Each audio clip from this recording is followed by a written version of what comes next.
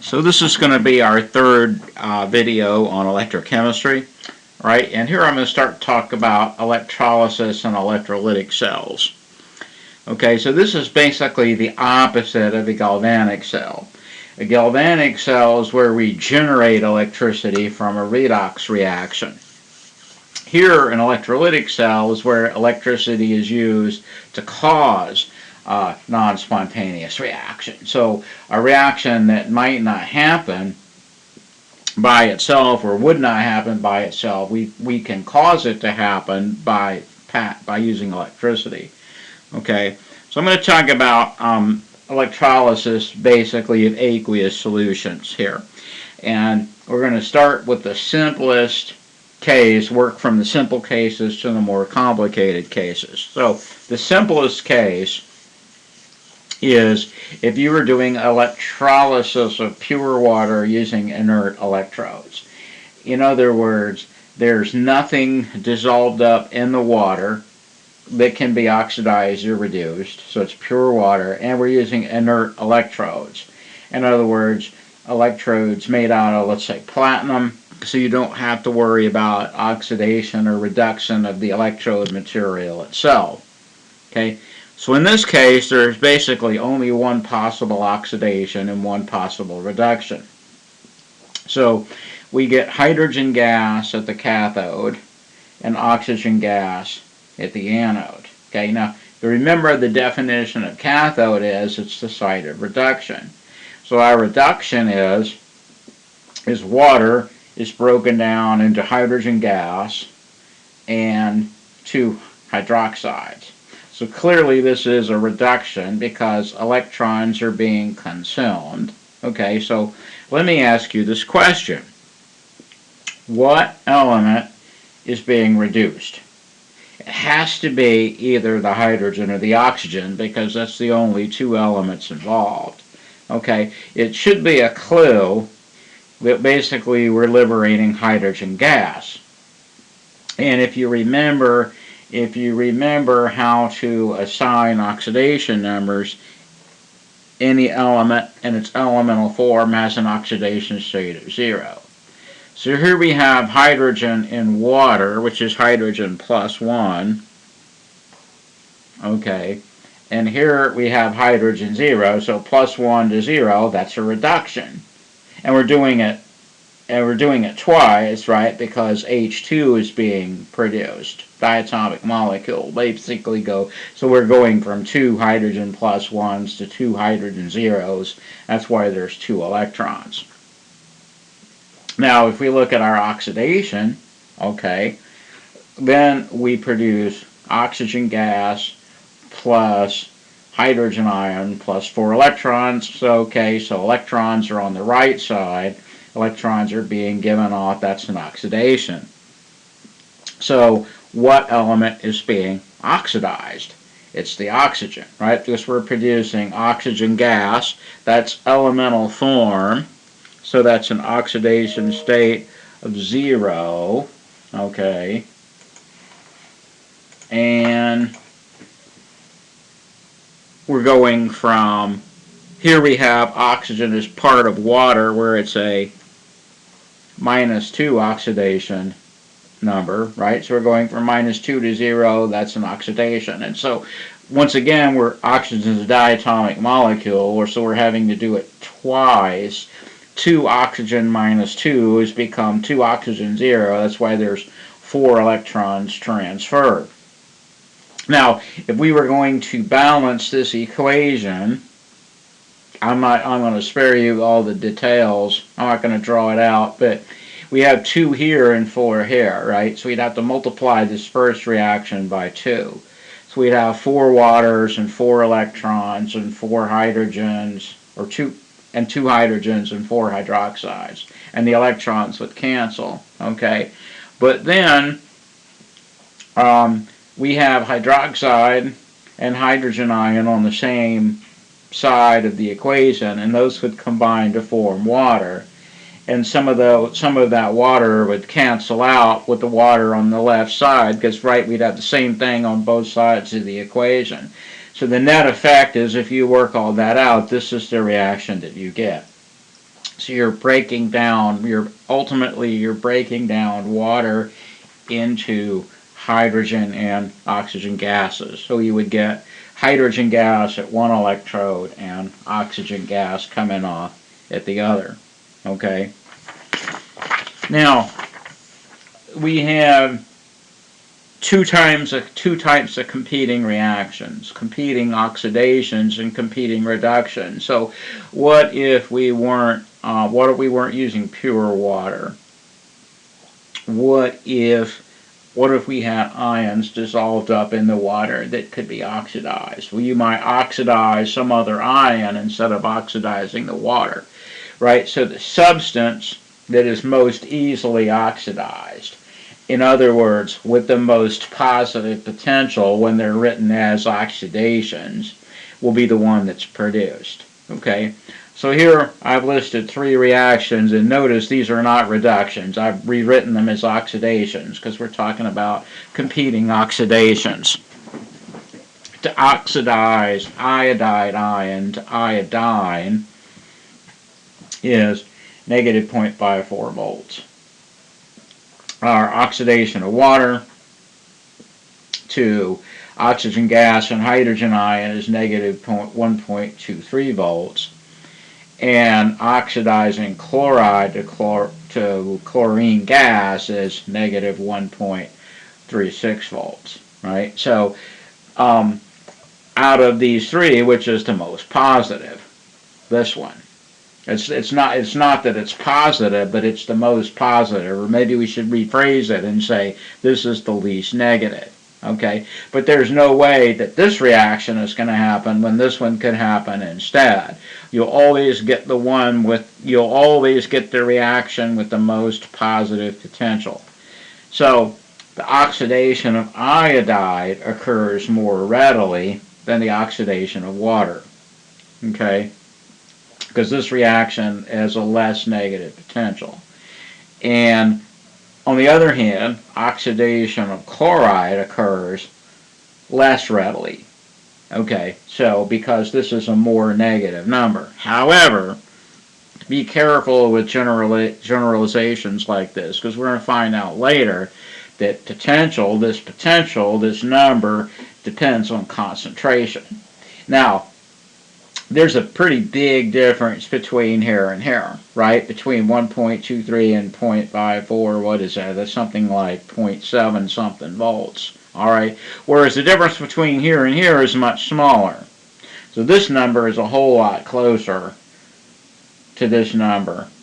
The negative 1.36 is much closer to negative 1.23 than the negative 0.54 is. So theoretically, this reaction could be made to occur if we make the chloride concentration very high.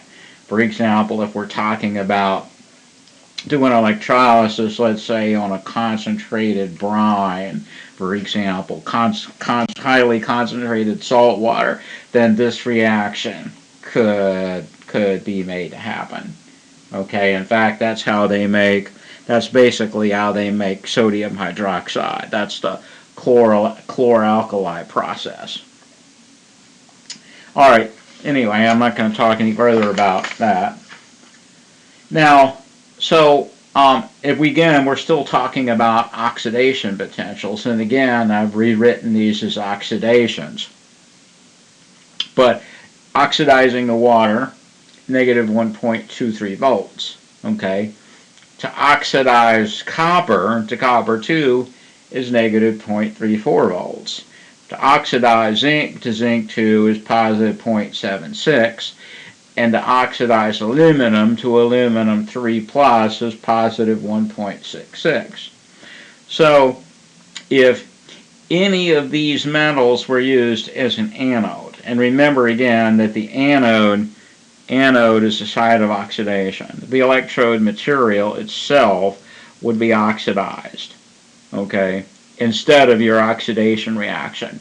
So for example, let's suppose that you want to experiment around with electrolysis, and you go down to the hardware store and buy some copper plumbing pipe to use for electrodes, okay? And you think you're going to get hydrogen, you think you're going to get oxygen gas. You want to make oxygen gas. You're not, because this reaction is going to happen in place of this one, because this number is less negative.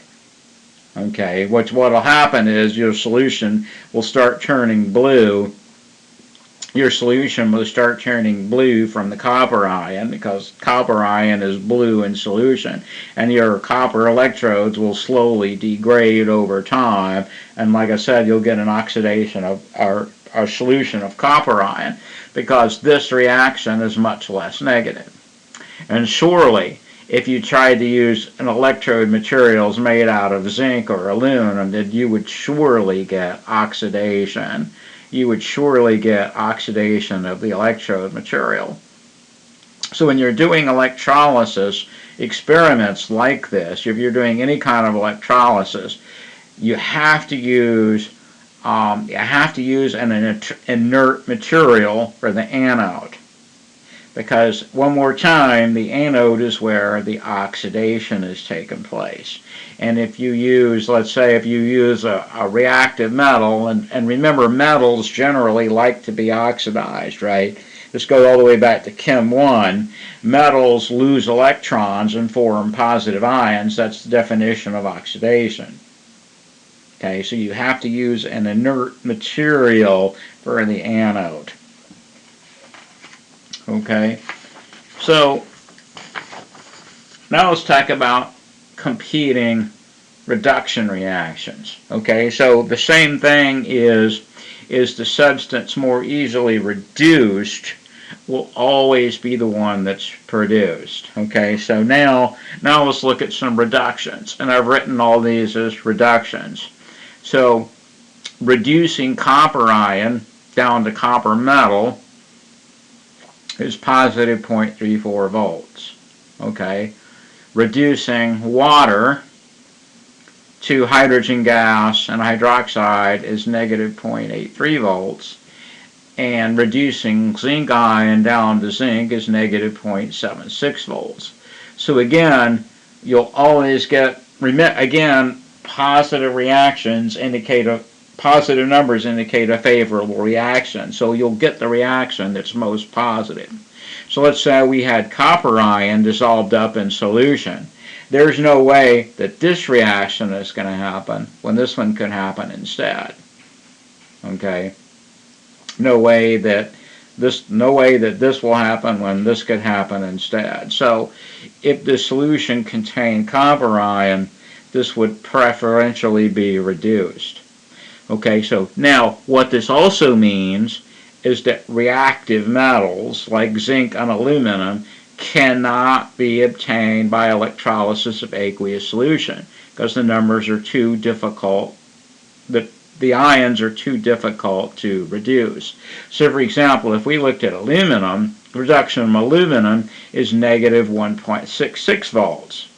Okay, so there's no way that reaction can happen when this would happen instead. Okay, so you can say the same thing about, I'm not listed the values here, but you could say the same thing about sodium, you could say the same thing about potassium, you could say the same thing about aluminum. Those ions are difficult to reduce. In other words, the reduction potentials are more negative than the negative 0.83 volts. And they would not happen. Okay? So they would not happen as long as you're dealing with an aqueous solution. Alright, so we're going to switch topics here, and one more thing I want to talk about here is stoichiometric relationships in electrolysis, basically Faraday's constant. Alright? So when we talk about electricity, usually talk about volts, amperes, current. Okay, so the ampere is the SI unit of electrical current. Okay, there's a lot of analogies made. Between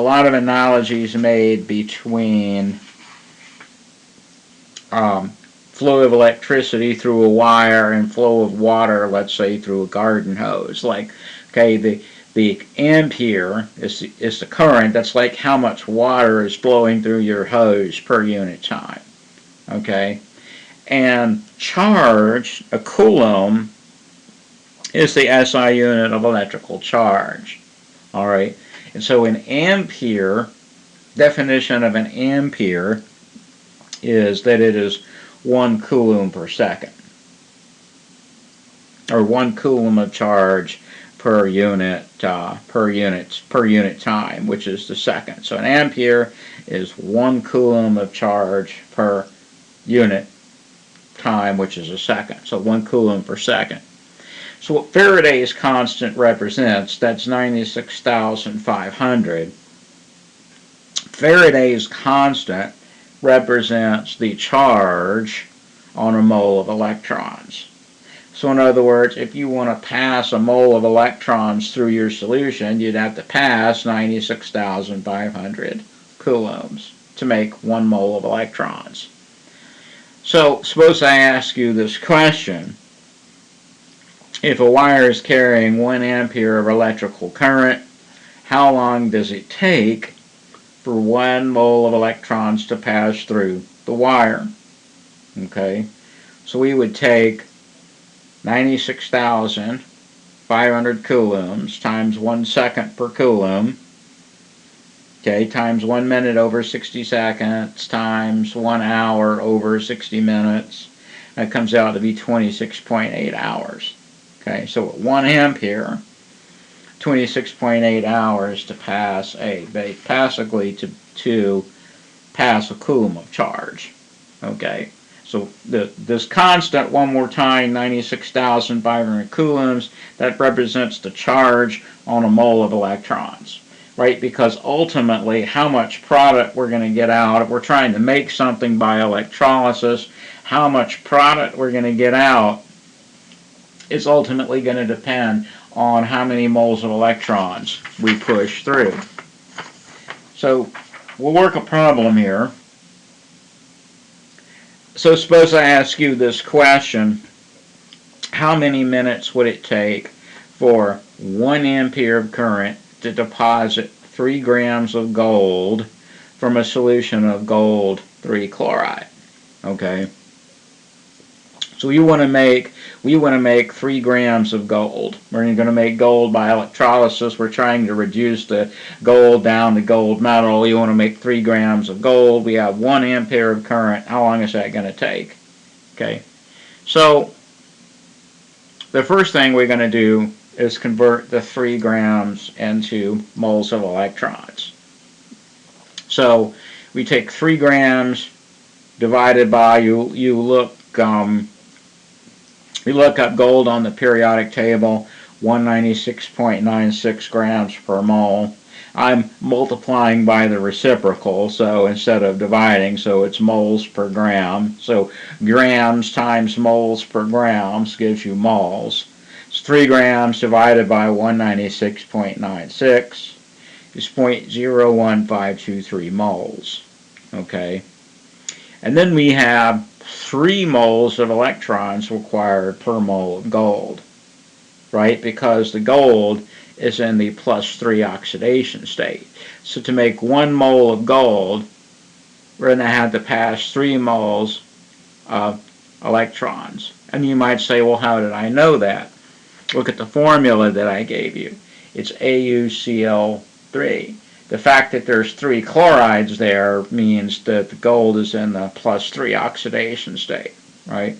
So really, we're going to have to pass 3 times. We're going to have to pass 3 times this number, moles of electrons through. So 0.01523 moles times 3 is 0.05964, okay? Now, that's moles of electrons. So now we want to convert this into coulombs. So we're going to multiply by 96,500.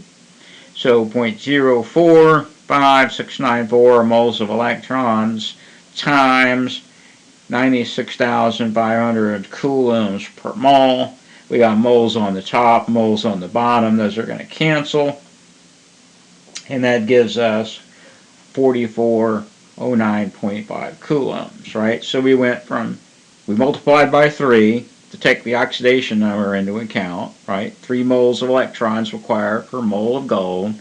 And then multiply that by Faraday's constant, so that converts moles of electrons into coulombs.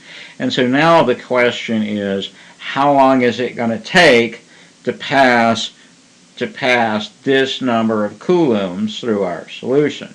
Okay, well, we made it easy. This problem made it easy. Why? Because 1 ampere. And remember, 1 ampere is 1 coulomb per second, right? So how long is it going to take to pass 4409.5 coulombs? Basically, 4409.5 seconds.